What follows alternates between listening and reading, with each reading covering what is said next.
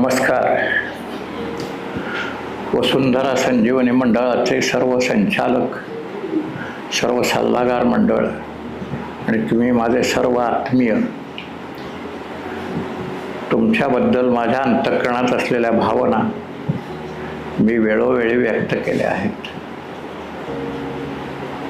वसुंधरा जे अभूतपूर्व यश गेल्या 8 वर्षात मिळालं, त्यामध्ये तुमचा सगळ्यांचा वाटा खूप मोठा आहे याची जाणीव मी कधीही दृष्टीआड होऊ देणार नाही.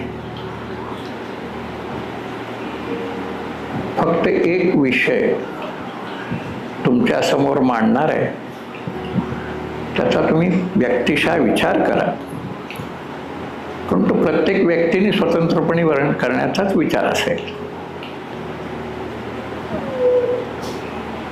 आपण 2.5 कोटी CSR फंडिंग उभं केलं. यंदा ते 3 कोटी 4 कोटी कदाचित होईल. आपल्याला मशिनरी मिळते, पण त्या मशिनरीवरती खूप मोठा खर्च जो आहे तो लक्षात येत नाही. प्रत्येक वर्कप्लेसवरती एक पूर्ण वेळ कार्यकर्ता नेमायला लागतो, त्याचा पगार आहे, प्रवास खर्च आहे, मग ऑफिस स्टाफ आहे, फील्डचा स्टाफ आहे, प्रवास खर्च आहे. आपला हा खर्च अनरिजनेबल कधीच नाही. कारण मी आत्तापर्यंत 12-13 NGOज बरोबर काम केलं आहे, मला माहिती आहे. त्यामुळे त्याच्याबद्दल खूप गंभीर होण्याचं काही कारण नाही. पण एक नक्की आहे की वसुंधराची गती जर अशीच राहायला हवी असेल, वाढायला हवी असेल, आज आपण 75 कोटी लिटर पाण्याचे साठे तयार केले, पुढच्या वर्षी कदाचित 50 कोटी लिटर 1 वर्षामध्ये आपण उभे करू असं मला चिन्ह दिसत आहे. हे फक्त स्वप्न नाही आहे, काहीतरी गणित आहे त्याच्या पाठीमागे. तर असं आहे की 50 कोटी लिटर पाणी उभं करायचं तर 5 कोटी 10% 5 कोटी साधारणपणे खर्च येईल. आणि 5 कोटी खर्च आला तर त्याच्या 10% म्हणजे 50 लाख रुपये हे आपल्याला क्राऊड फंडिंगमधनं उभे करावेच लागतील. मी तर वेड्यासारखं हे काम करतो, तुम्हाला माहिती आहे. ज्या डॉक्टरांकडे मी तपासणीला गेलो, त्या डॉक्टरांकडनं पण मी 5,000चा चेक घेऊन आलो.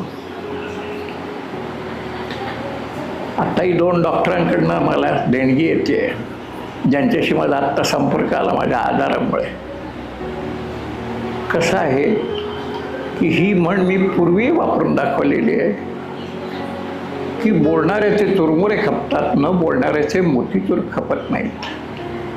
आपल्याकडे मोतीचूर आहेत हे नाकारताच येणार नाही कोणाला. 7-8 वर्षात 31 पुरस्कार आणि जे काही सगळं कर्तृत्व कर्तबगारी आपण सगळ्यांनी मिळून करून दाखवले, ती आम्हाला एनकॅशच करता येत नाही असं माझं प्रामाणिक मत आहे.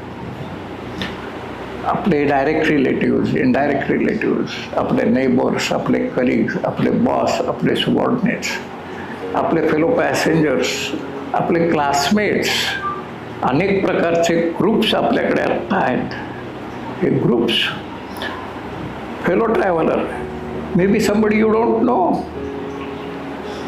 आणि हे सगळं मी करत आलो कारण मी कॉन्सेप्ट सेलिंगमधला मास्टर आहे. मला 4 कंपन्यांची इंटरनॅशनल अवॉर्ड आहेत कॉन्सेप्ट सेलिंगची. त्याला अहंकार म्हणायचं असेल तर म्हणा, पण मी संधी सोडतच नाही. डॉक्टरांकडे लाईनमध्ये बसलो होतो, 4 पेशंट होते. 4 पेशंटना मी पत्रकं दिली, त्यांना आपली माहिती सांगितली, त्याच्यातनं पण एक डोनर तयार होतो. आम्ही बोलत राहायला पाहिजे. वेळ लागल्यासारखं वसुंधरा करता 50 लाख रुपये उभे करायचे, वसुंधरा करता 50 लाख रुपये उभे करायचे. तुम्ही 20 जण मिळून पुढच्या 5 महिन्यामध्ये 20 लाख रुपये उभं करणं कठीण आहे का? मग स्वतःचे घाला, तुमचे वाढदिवस, तुमच्या घरातल्यांचे वाढदिवस, लग्नाचे वाढदिवस, आपल्या पूर्वजांचे स्मृती दिवस, अनेक निमित्त असू शकतात. समाजामध्ये सुद्धा पैसा द्यायला तयार असलेली माणसं आहेत, आपण त्यांच्यापर्यंत जाऊन बोललं पाहिजे. मी 3 उदाहरणं सांगतो. एक म्हणजे ठाणा ते डोंबिवली लोकलमध्ये काही ओळख नसताना फेलो पॅसेंजर्सवर मी बोललो, पत्रकं दिली, सगळं झालं. डोंबिवलीला उतरल्यावरती त्याने 2000 रुपयाची नोट मला काढून दिली. TJSBच्या ॲन्युअल जनरल मीटिंगमध्ये माझ्या बाजूला बसलेले कंपनी सेक्रेटरी होते, त्यांच्याशी सगळा विषय बोललो. त्यांनी 40,000 रुपयाचा चेक दिला. अशी कितीतरी उदाहरणं सांगता येतील, कितीतरी उदाहरणं सांगता येतील.